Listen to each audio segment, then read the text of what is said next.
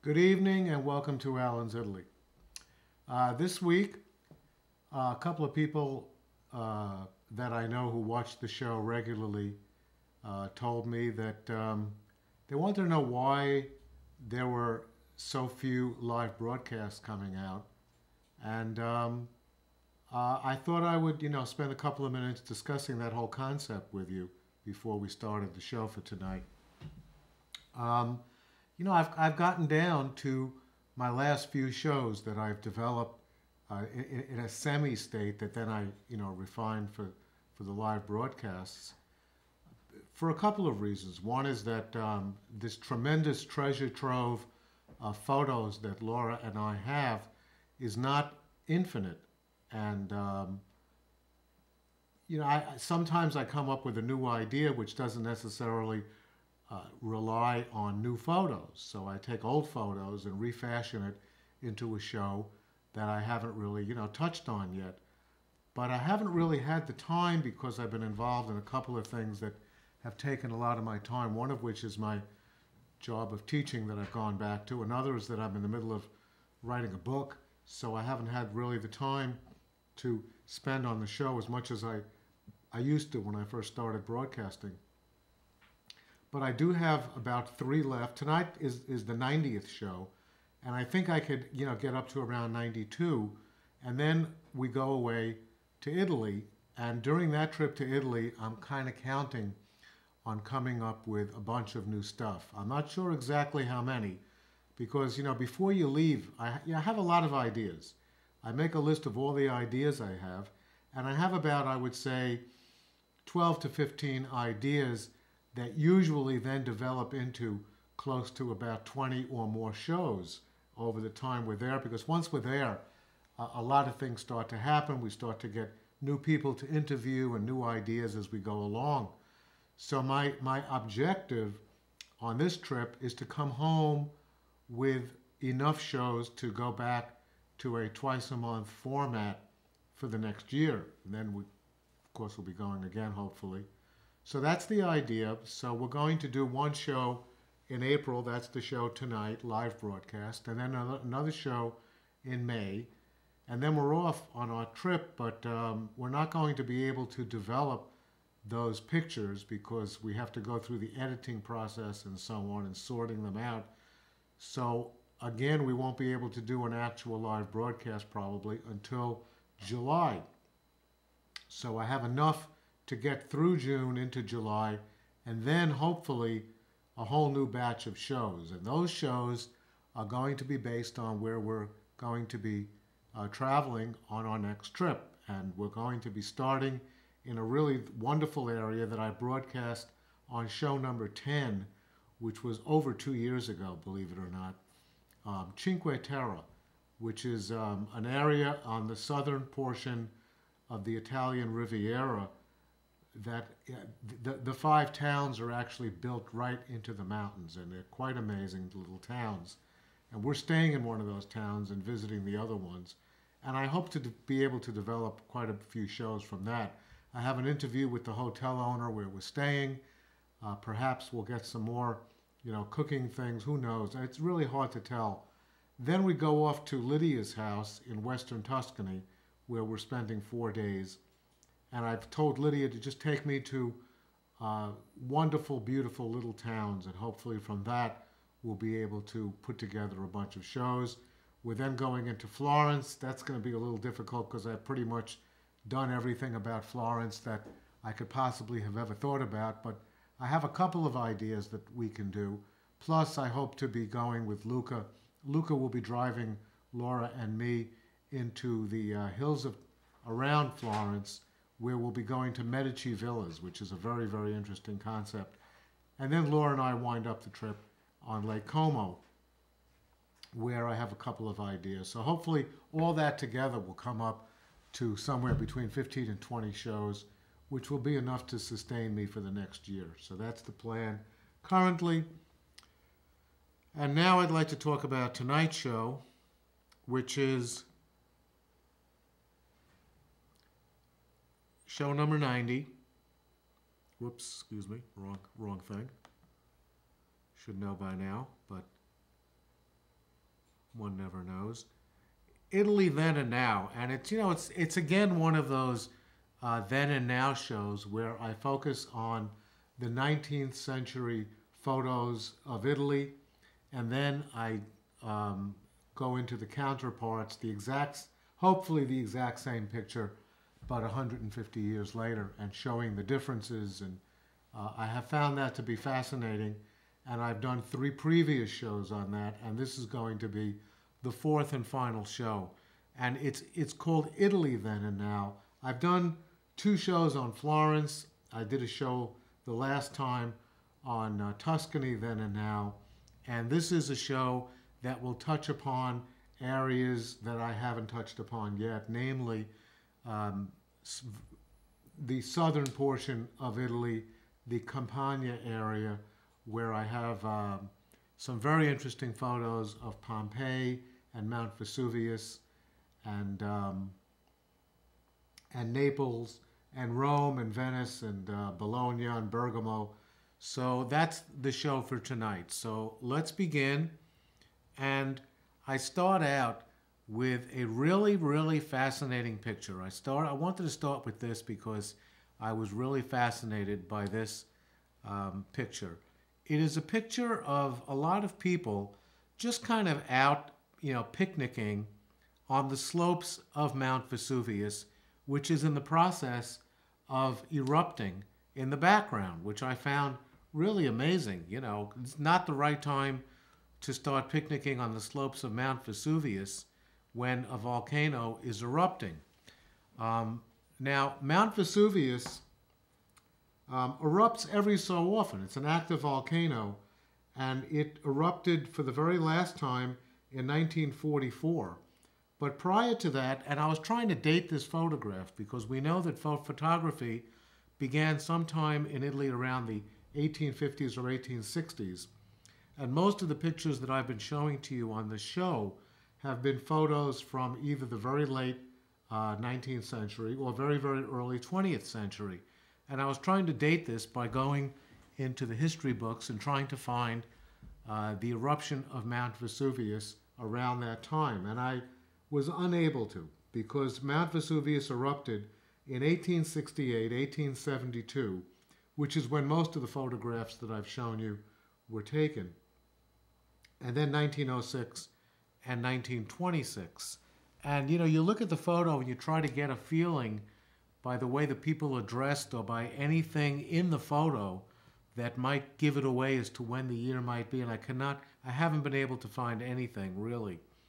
So they look like, they could be either the very late 19th century or early 20th century.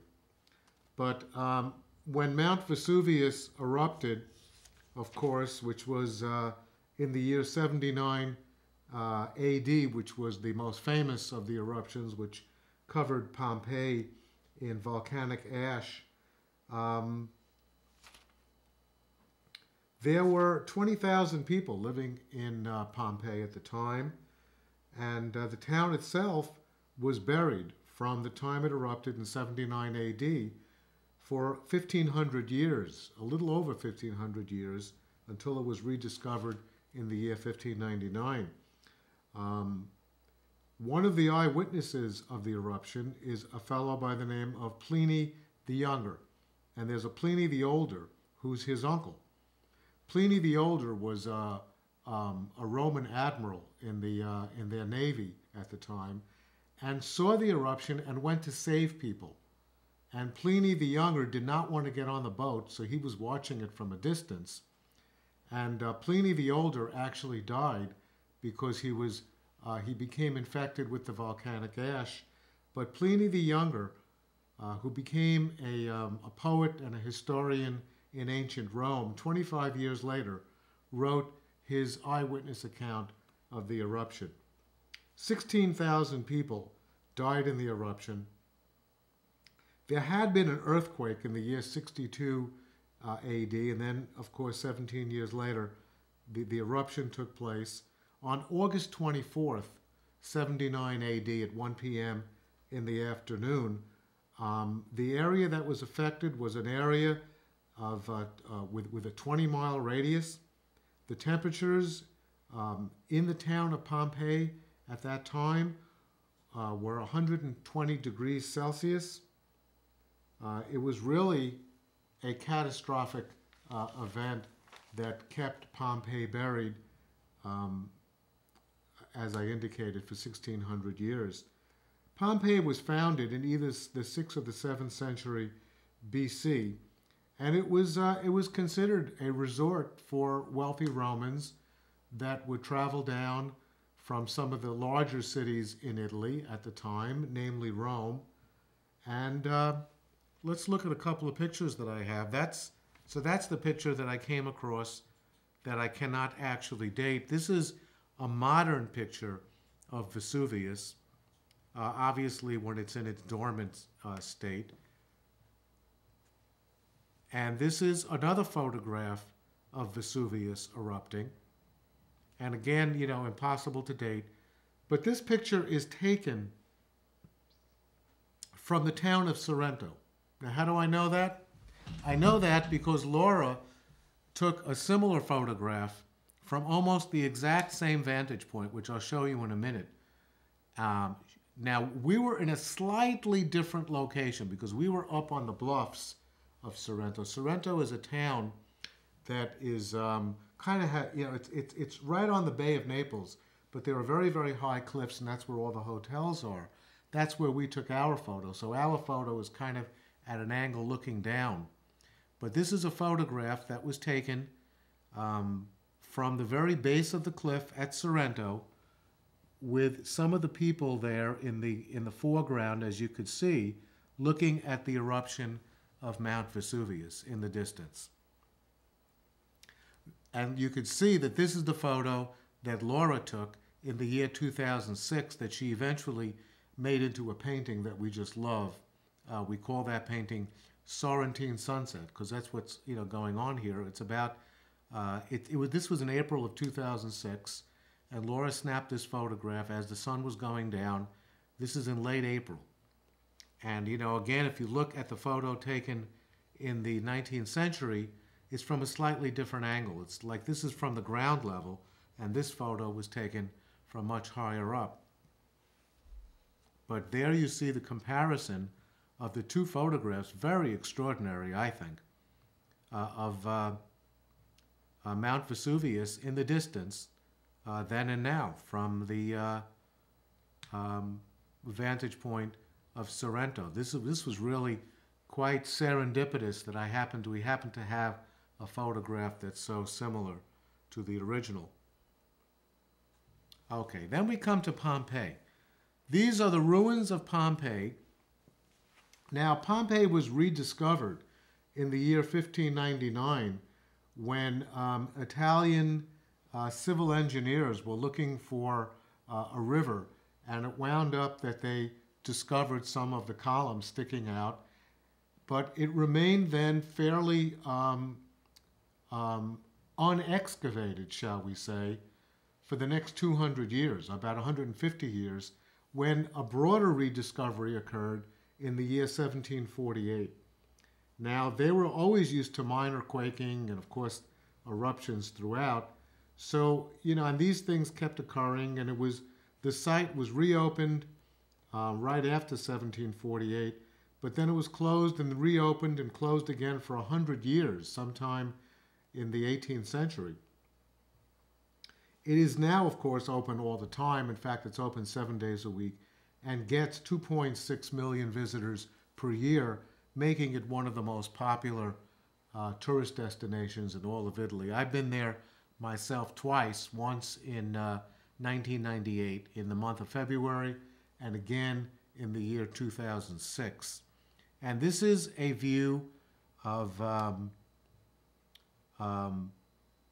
some columns, and you know, and as I've said many, many times, the 19th century photographs, they purposely put people in the photographs. I'm not sure of the exact reason. I was never able to find the reason, but you see some very nicely preserved columns in the, you know, throughout that. This actually looks like a house, and what tells you that it's a house is that this statue right over here, this statue is usually statues are usually put into the front of houses. That's why that would imply to me that it was indeed a house. This is another 19th century photograph of Pompeii, but this is very easily recognizable because this is the Forum. Every town in ancient Rome had a forum, not just the Roman Forum in Rome itself, but forums in each of the towns, which served as, large open areas for congregating of people, for political speeches, for public buildings. And again, you could see that Vesuvius is erupting in the background. So obviously, maybe these two photographs were taken at the same time because there is a small eruption going on over there in the background. This is what Pompeii looked like. This is a recreation of what it looked like at the time that it was thriving prior to 79 AD. And there's the Forum right in the center. So you could see that the forums in ancient Rome at that time were wide open areas where people congregated and public buildings, surrounded it on all sides. This is a very fascinating photograph of what it may have looked like. This is a modern photograph of the Forum area that we took during the 2006 trip that we were in Pompeii. So this is what it looks like today. This is a better photograph of the Forum. You could see that, it's pretty well destroyed, but there are quite a few columns that, of course, are fascinating and help archaeologists. This is a photograph, and I'm not exactly sure of the street. It had streets, and the fellow standing right over there, just to the right of center, is standing on one of the streets. It could be this street, which is a very famous street in ancient Pompeii, called the Via dell'Abbondanza. And this was a street which had mostly stores lining the left and the right. Those openings you see on the left and the right, right on the curb, are stores. So this is not like, the Forum area where you have some of the temples and some of the columns. This is actually a commercial area.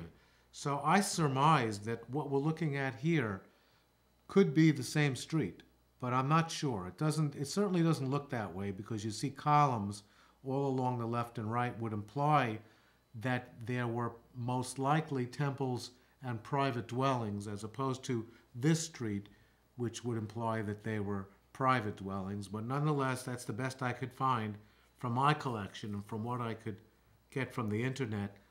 But, there it is, Pompeii, then and now.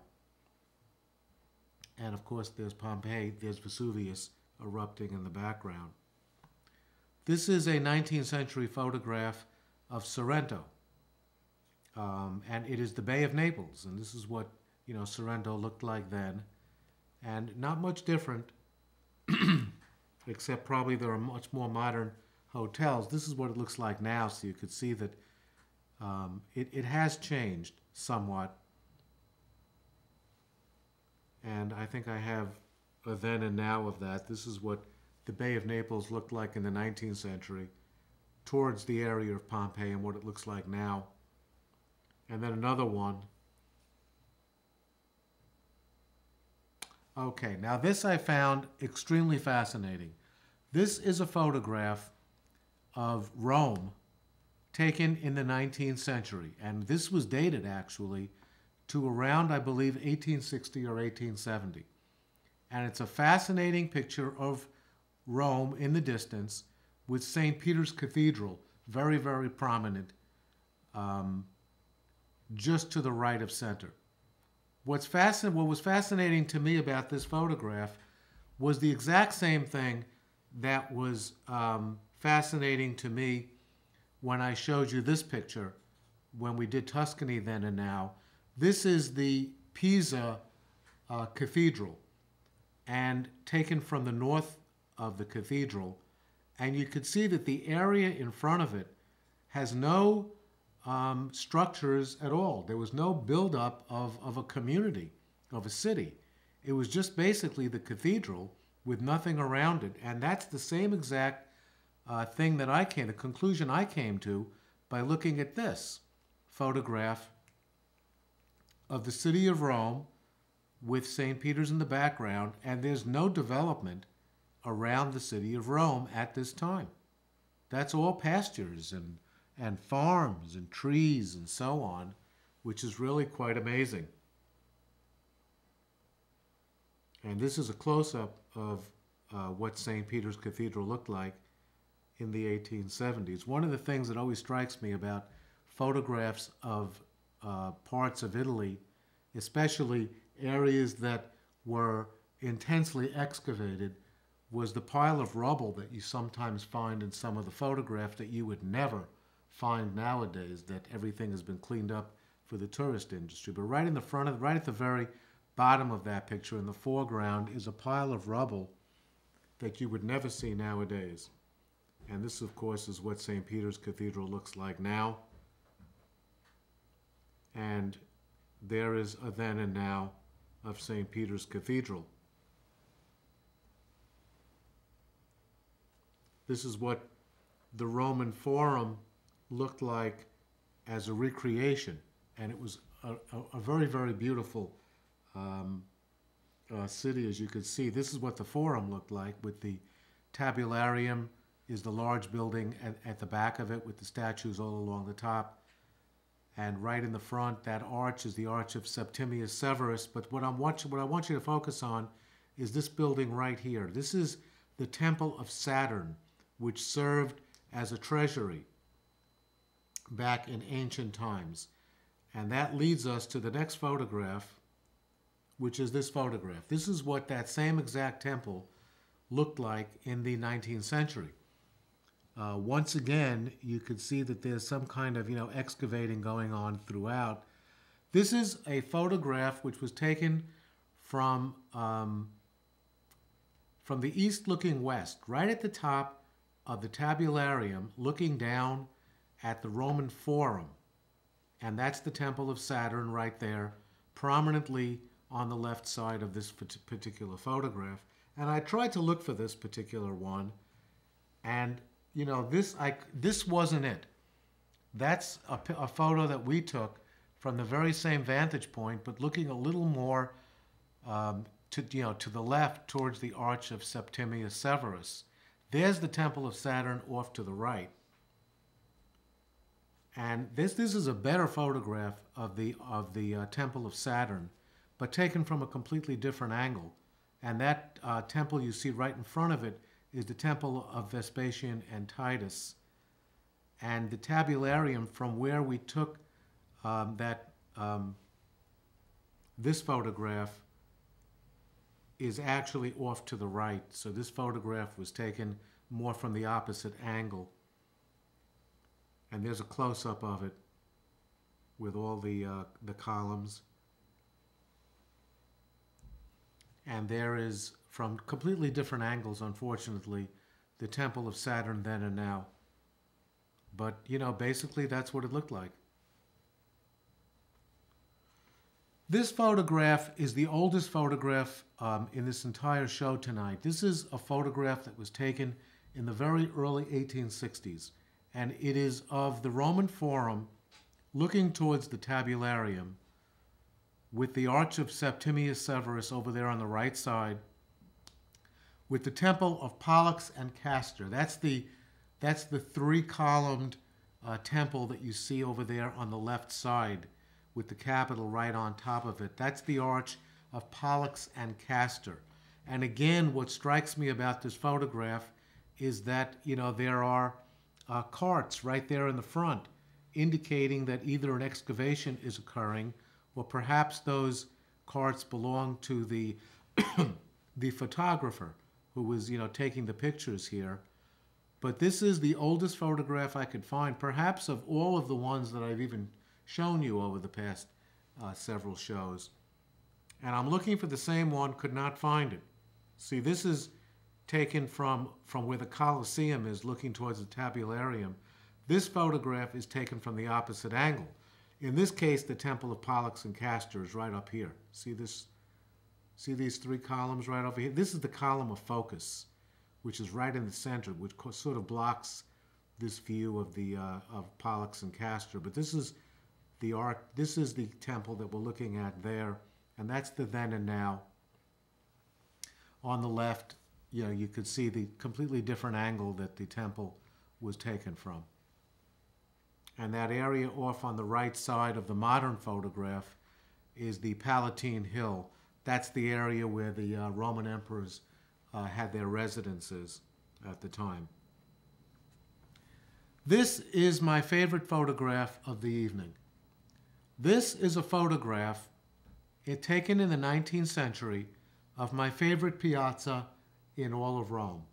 Whenever we're in Rome, and I've taken several trips alone to Rome. Whenever I'm in Rome, this is the place I always go, no matter where I happen to be going in the city of Rome. And I love this piazza because it is a very happening. Let me show you the modern view to show you, what this looks like. That's what it looks like now. And there's markets and there's restaurants and cafes and gelato stores, and a lot of people congregate in this piazza because there are street musicians and people doing various dramatic, theatrical type things. Excuse me.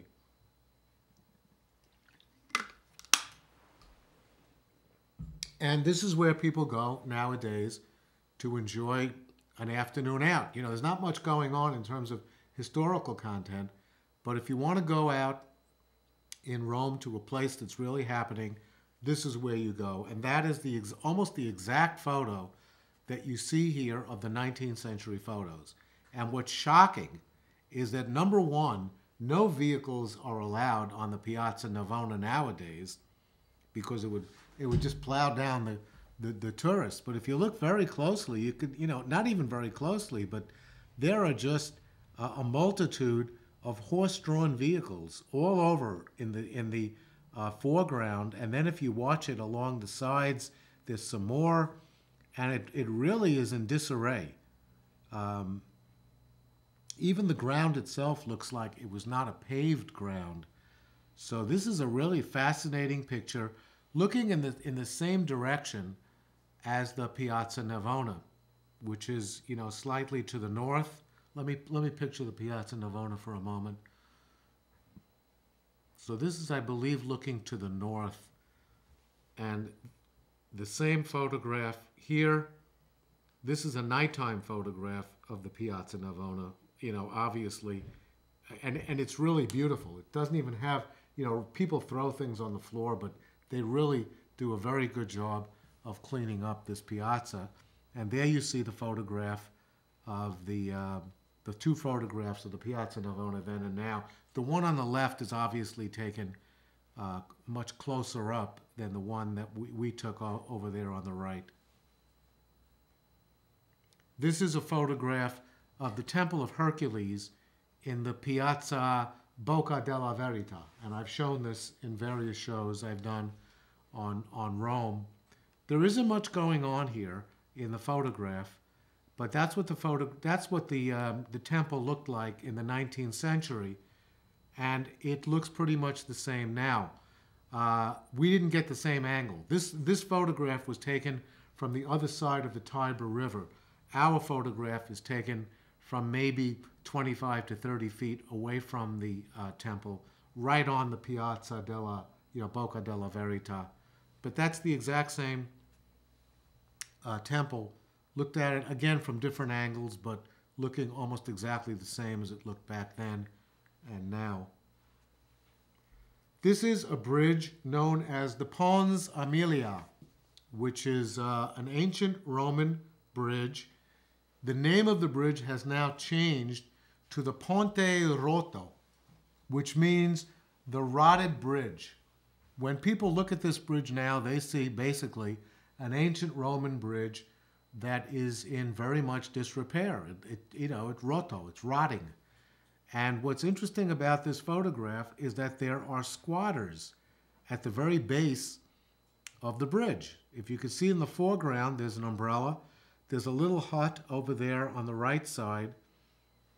And there's a couple of people in the actual photograph indicating that there were squatters there that would never exist nowadays. So that's what the Ponte Roto looked like in the 19th century. This is what almost the exact same angle looks like nowadays, and you can see that there's no squatters at the base of the bridge, but there are, there's quite a bit of vegetation growing there. But that's a very, very good comparison, using almost the same exact angle of the Ponte Roto then and now. This is the picture that we took. This picture was from the internet, the one on the right side of this photograph. This was the photo that we took from the bridge that was right next to it. As we were crossing the Tiber, looking to the left, this is our photograph of the Ponte Roto. This is a photograph of Rome.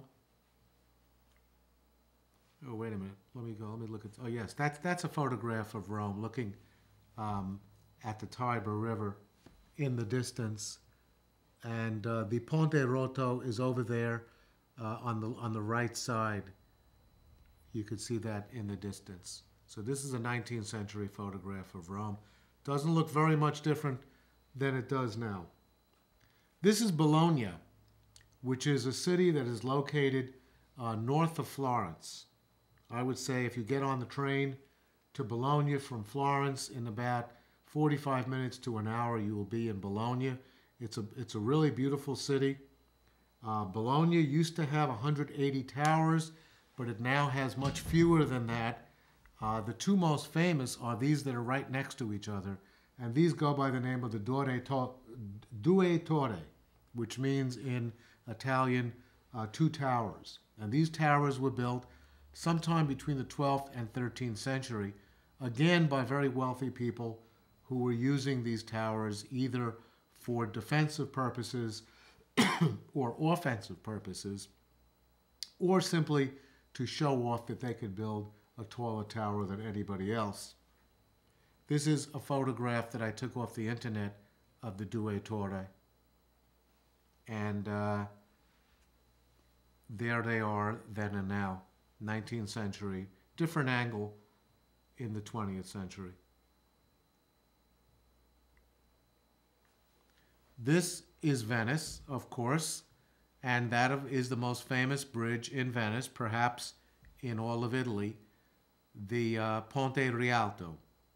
And this is a pretty fascinating 19th century view of the bridge, mainly because, there are very few people on that bridge, which is very unusual because you do not see that bridge devoid of people. There's always literally hundreds of people on this bridge. Everyone loves to walk on the bridge. It has a lot of stores lining it, which I don't think were in such profusion in the 19th century as they are now.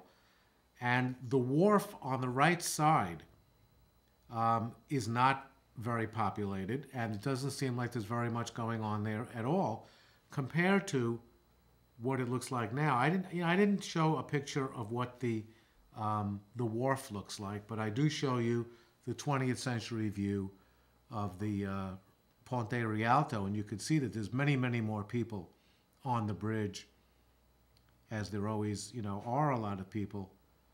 And that's the Ponte Rialto, almost from the same angle. The angle that we took that photograph on the right was from a boat that was going down the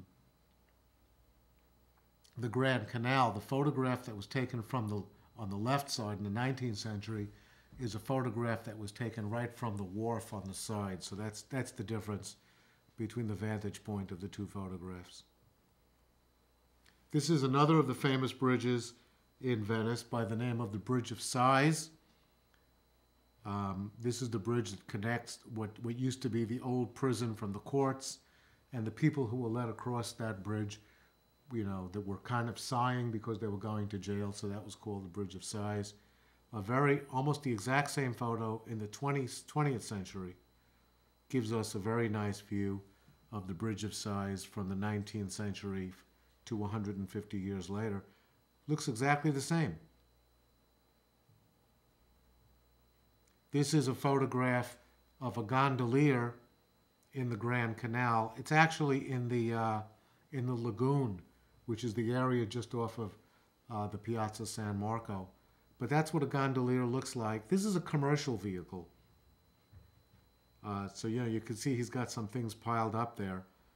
And this is my 21st century view of a gondola. This is not a commercial gondola. This is a gondola that people take for sightseeing tours of up and down the Grand Canal.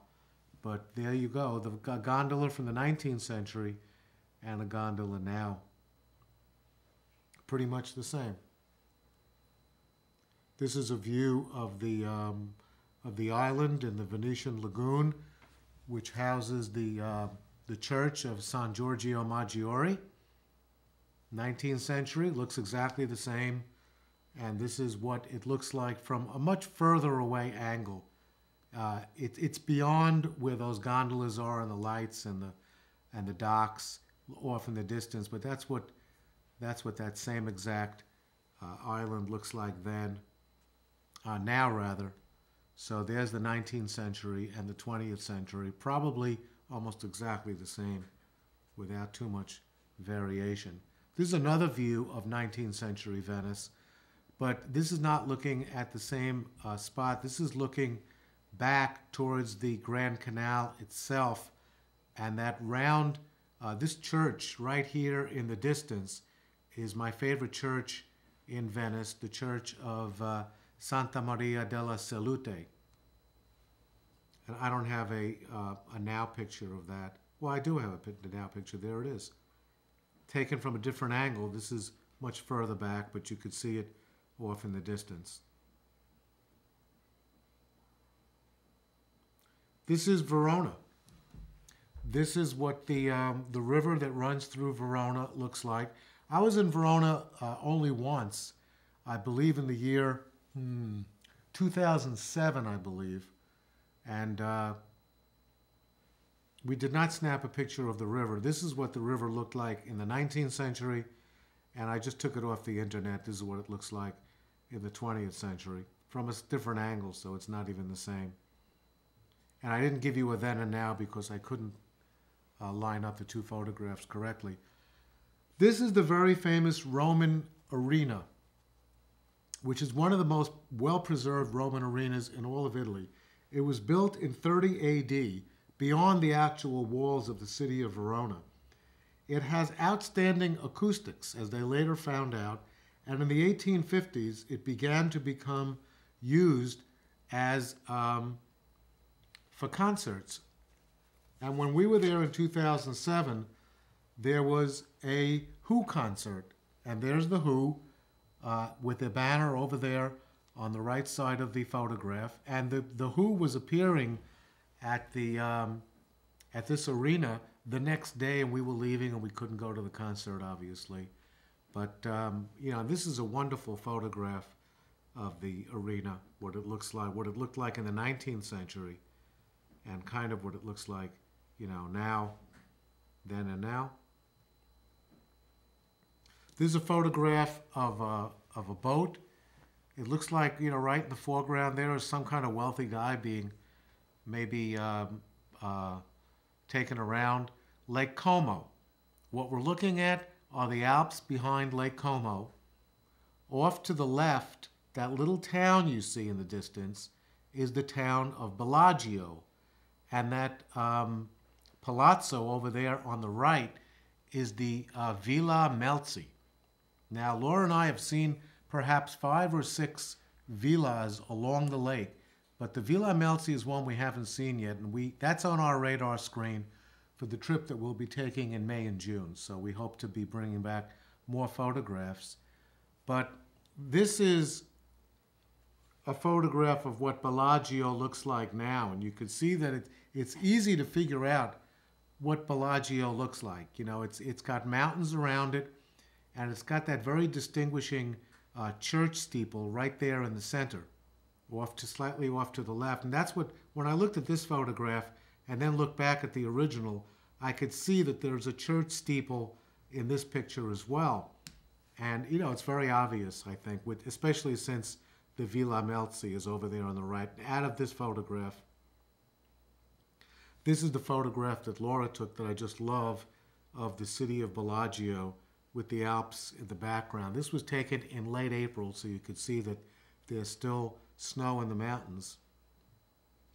And there's Bellagio then and now, with a very close-up view of the Villa Melzi. So this is a villa that we have not been to yet, but we will be going to, and hopefully bring back some good stuff on that. This is a picture that a photo that I just threw in because I could find nothing comparable. This is in the Alps, you know, the Alps that I just showed you, and this is just a person's, you know, obviously a very poor person's house in the Alps, and that's where people lived. With, you know, really fascinating 19th century photograph of a dwelling located in the Alps. There's a tree stump in the front, so obviously the tree has been removed, and maybe the tree was cut up, and actually those parts were used to build this house. So that's a pretty fascinating photo as well. This is a photo of the cathedral in Milan, which is my favorite cathedral in all of Italy. I know that Luca's going to say, Alan, how could you say that about the Milan Cathedral when you love the Florence Cathedral so much? But I find this just to be a magnificent Gothic cathedral with the tall spires. The same cathedral now, but a different angle, obviously. This is more from the south, this is more from the north. And the major difference between these two is that the building right in the front has been torn down and is now the building that you see over there on the extreme left of this photograph, which is the famous Galleria that was built in the very late 19th century. And of course, this is one of the most popular areas in all of Milan. Milan is, you know, a wonderful city, and this is the hangout. Like the Piazza Navona is for Rome, that's what this Piazza del Duomo is. Duomo is the name of, you know, the main cathedral of a town is for the city of Milan. So this is where everybody goes to hang out. You can see people seated right at the very base of that statue in the foreground. And this is another view of the Milan Cathedral. It's a magnificent cathedral. And there it is then and now. Again, the only difference that I could detect from these two is that the Galleria has been built since this photograph on the left was taken. This is the town of Tivoli, which is right outside of Rome, and that's an ancient Roman temple, very, very well preserved. You can see there right up on that hill, with, it looks like laundry hanging from the side there. I guess that's exactly what we're looking at. We're looking at laundry being hung down the side. You would never see that now. In fact, this is the 20th century view of that same Roman temple. And you can see that it's, you know, because it is a tourist attraction, they would never permit laundry from hanging from the base of that temple. This is a really wonderful view of people picnicking on the grounds of an ancient Roman aqueduct. And there's a group of men over there on the right with somebody and the people on the ground, and a group of people over there on the left side with the attire that people wore during the 19th century. So this is pretty fascinating, and I was able to find, I believe, the exact same one. And this goes to a photograph that Frank Palaia had shown on the broadcast that we did with him, and this is his version of, I believe, that same aqueduct. Then and now. Almost the same exact angle as well. This is a pretty fascinating picture of an aqueduct. I'm not sure, it could have been the same one, it may have been different. But there's a woman right there in the front with her child on her left side, and obviously another child lying face down on the grass. And this was wonderful.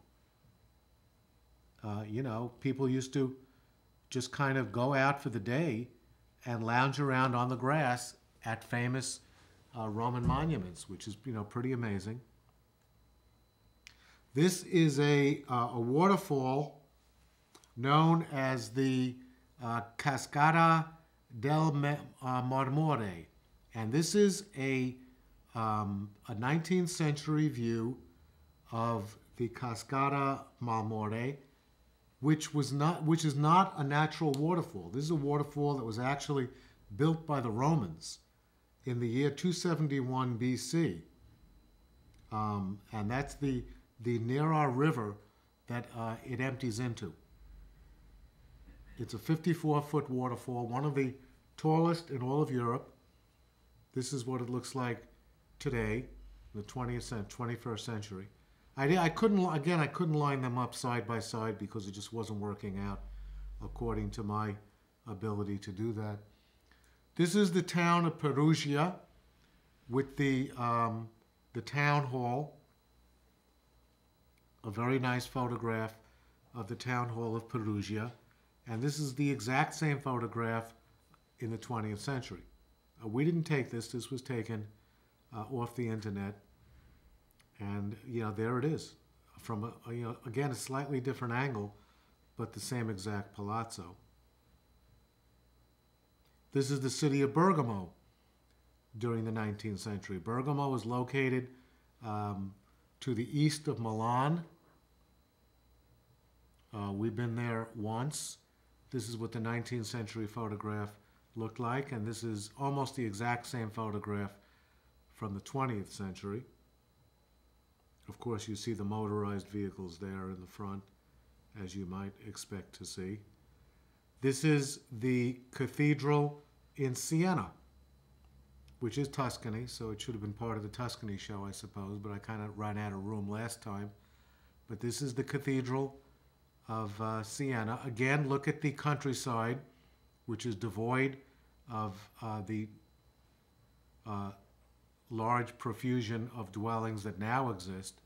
This is the same exact, almost the same exact view of the cathedral, and you can see that it's much more built up in the countryside. And then and now. This is Positano, which is on the Amalfi Coast as it looked at the 19th century. And other than the fact that it's black and white, there's no distinguishing characteristic. Maybe not quite as built up as it is now. This is the 20th century photograph of Positano. So it's probably more built up because they probably built more hotels then and now. Naples, the wharf at Naples,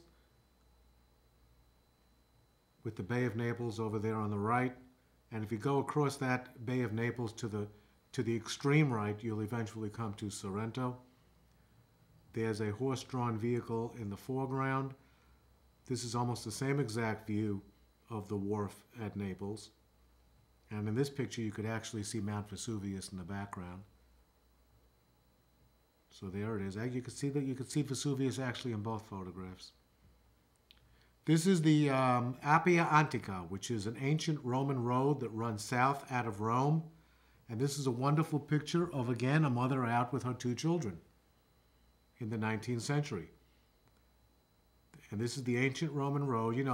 Rome was not allowed to bury people in the city limits, so they built tombs, and most of the tombs were along the Appia Antica. This is a modern view of that same exact street. This is a photograph of a train about to leave the station, but before the people got on the train, they stood for this wonderful photograph of 19th century. I have no idea where this is, but there's what the 19th century looked like. People about to get on this. Looks like some conductors there in the foreground over on the right side. And I believe that brings us to the end. Our next show, which will be in a few weeks, will be my favorite streets in Florence. So thank you for watching. As you could tell, I enjoy that very much, talking about what Italy looked like in the 19th century compared to what it looks like now. Perhaps when I go back to Italy, I could bring back even more photographs and maybe do another 1 or 2 shows on that. But I've pretty much cleaned out the bookstore that Luca took me to. But until then, and again, remember that I'm doing only 1 show a month for the next few months. And hopefully that will change back, when I come back from my trip in July. But for now, buonanotte e buona fortuna.